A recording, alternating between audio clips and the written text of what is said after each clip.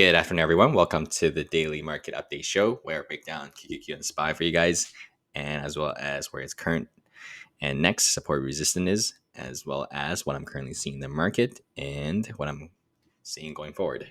All right, so let's get to the chart for SPY. We are looking on the daily chart, and in the last couple of days and week and a half, we've been talking about SPY's tightening range. You can see this range that is tightening up in equilibrium, and so it tights up and I guess tighter and tighter, and today we finally broke out and we broke bullish. So you can see this right in the morning when we tested the prior day's resistance here. You can see we drop into it, but then once we broke out of that tightening range, see all the volume coming in and the move that we had into the end of the day. Essentially, what I was talking about for the past couple of weeks, does QQQ bull join SPY bears, or SPY bears ends up joining team QQQ bulls? And based on today's action, the SPY bears ended up joining team bull. And you can see that's how the market ripped much higher together due to every sector being at the high of its day and going in the same direction together versus this complete sideways rotation of SPY's red, QQQ's green, and all that rotation of money going around, making it going sideways for a very, very long time. But after a breakout today, it moved in the same direction together. But the problem is that SPY is still in its sideways range if you zoom out into a longer form time frame. So let's take a look here on the daily. So you can see we're still underneath this high, which is the FOMC reaction high on Wednesday, like 2 months ago when we had the Fed. We'll see if we can actually get over that. Otherwise, we will still be in this chop range. Now we're just at the upper range of that chop sideways range. This is the range here and here. So you can see all this chop, got back above it one time, came back into it, got back above it a couple of times here, but we're still in this chop zone. So a clear breakout for me would be SPY getting over these levels, and we'll see if we can. If he does, getting up this double top level here, we're likely looking back into these levels at the top for SPY. And this rising wedge is still my guide for SPY. You can see yesterday we off of it from as a support. This is support and this is resistance.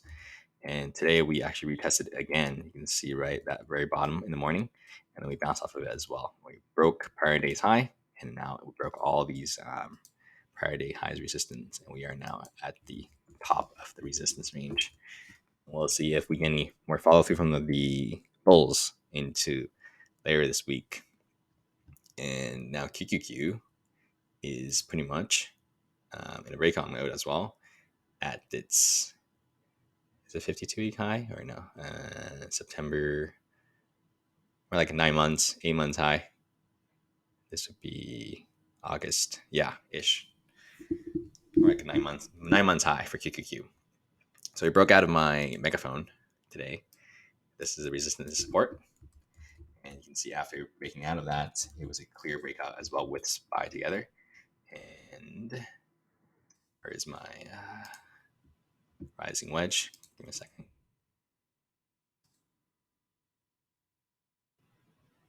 It's not the one I want. So for NASDAQ, you can look at the futures chart for QQQ. It is still in this rising wedge. So QQQ broke out of the rising wedge.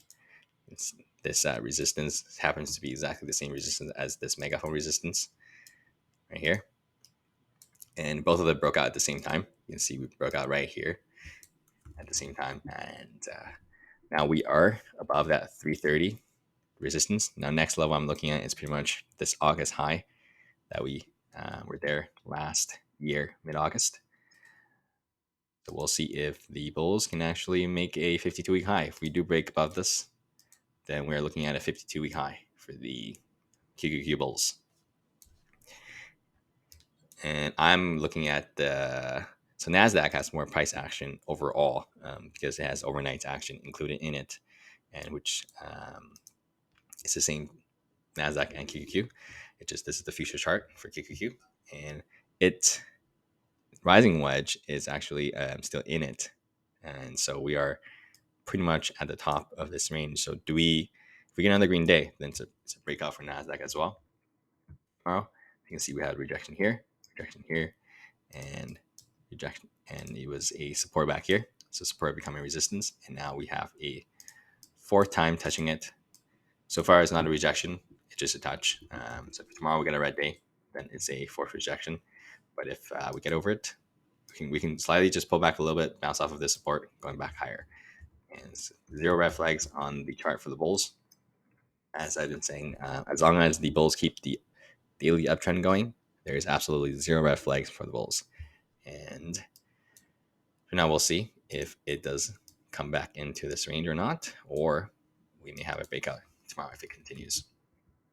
And so going forward, do we continue to see the financial sector, XLF, and all the other sectors continuing joining tech bulls, and we get clear breakouts on SMI? We get clear breakouts, come up here, retest, go higher, then it's a clear breakout. That's what the bulls want to see overall in the market, or we continue to pull back into this range, this lower into this chop zone again, because due to the size of move that QQQ's been moving up, we can potentially say QQQ may need to take a little break. Let's say it consolidates a little bit, and that will cause SPY to not be able to move as much and backed into this range.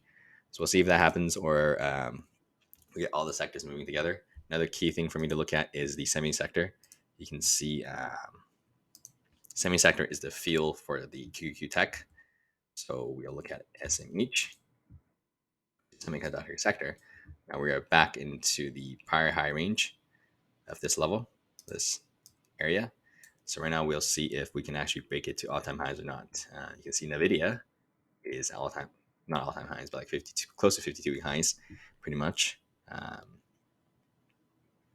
The SOXX chart is a little bit more cleared for me due to different weightings.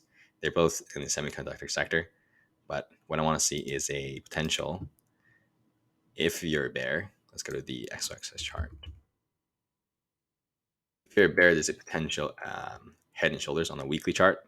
You can see this is the left shoulder, this is the head, and now we're just forming our right shoulder if we do get a pullback. Head and shoulder just means going from an uptrend into a downtrend if it confirms to break that level. So let's see what is to that. So the right shoulder level, we're exactly at that level. You can see all these three of these top wicks where we have rejection from it, and we are just at that level. We'll see if the semi can actually break out as well. If semi breaks out, it will add a lot of fuels to QQQ, and QQQ will have momentum as well going forward, going higher as well. So the key for me is NVIDIA. NVIDIA is now at, so we're in May. Let's see, what last year in May? Yeah, we are pretty much at 52-week highs. Yeah, 52-week highs after 52 weeks highs. So next level I'm looking at is this 3-1 to 302 zone. So if we can get over the zone, then I'm looking all the way back to 315. And that would, if we break 315, we're going out to all-time highs. Because there's not a lot of volume traded above 315, meaning this is a volume profile. But so what you need to know is the more volume traded in an area, the more support and resistance it becomes. So you can see above 315, there is no volume. So you can see all these bars, it's just low volume, low volume, low volume. Meaning, if we do get above 315, there's a very, very good chance that we will go to all-time highs, unless, QQ doesn't participate and rolls over. Other than that, I'm looking at this zone right here. This is the zone where most of the volume is traded in this cluster.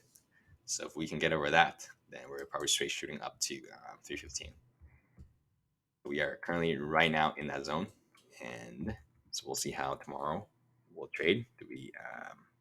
Is it going to go sideways in the zone for a bit before it breaks, or it goes sideways and then ends up in a distribution zone where people are selling, and then we roll over. We'll see which way it would do. But before that, we'll have to need more price action in the zone before we can determine anything. We just got into it today at the end of the day, so there wasn't much traded in this zone as of now. So we will see.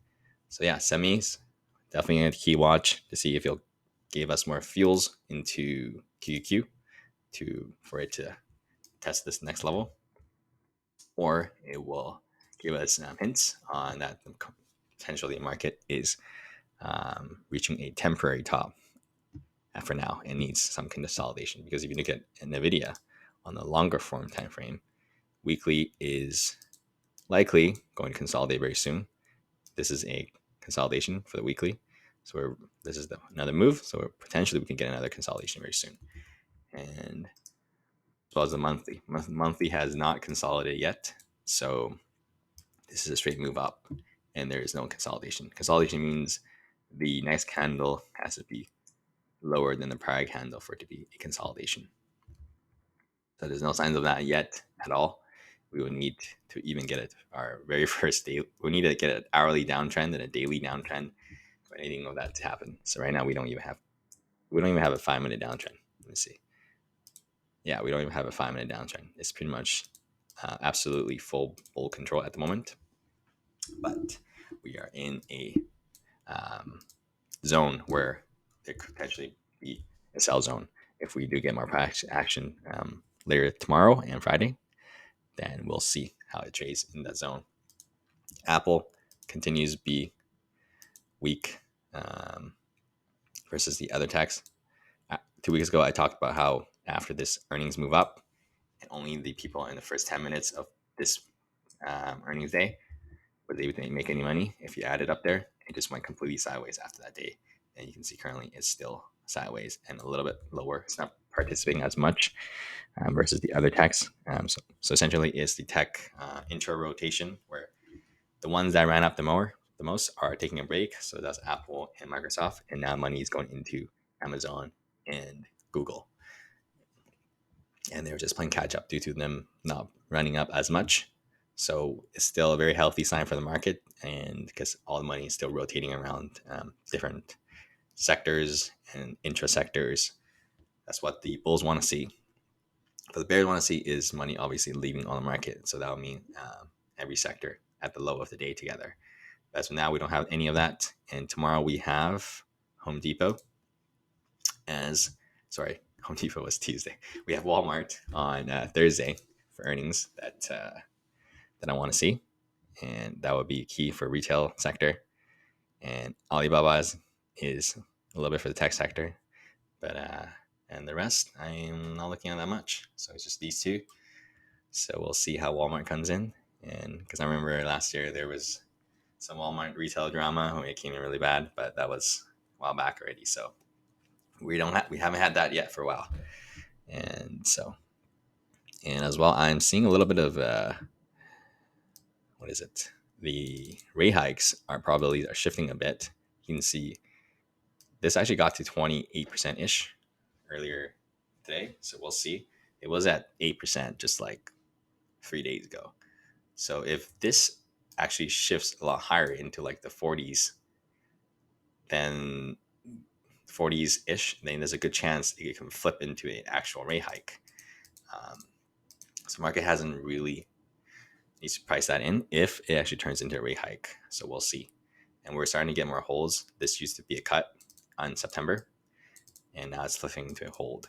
So surprised we're getting 2 here. So this always flips around. So we'll see how these actually price into the next meeting, which is June 14th. It's in a month, so still a while away. And we'll get a CPI data before this meeting. So that will determine if we're going to get a rate hike or not, for sure.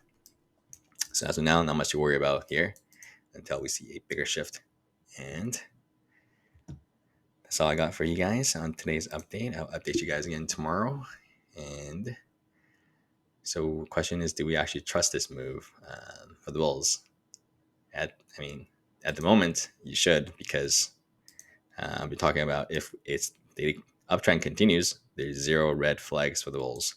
So as long as it continues, then there's no red flags. But if we get something tomorrow, like something like a red day, that we close right back into it, gave back every bit of the move from today, then that will start to be a little bit of a red flag. But before that happens, follow the trend for sure, especially with indexes. Definitely want to be following the trend for QQQ and SPY. All right, that's all I got for you guys. I will update you guys tomorrow. And feel free to subscribe if you made it this far, and have a great rest of your day. And I will see you guys tomorrow.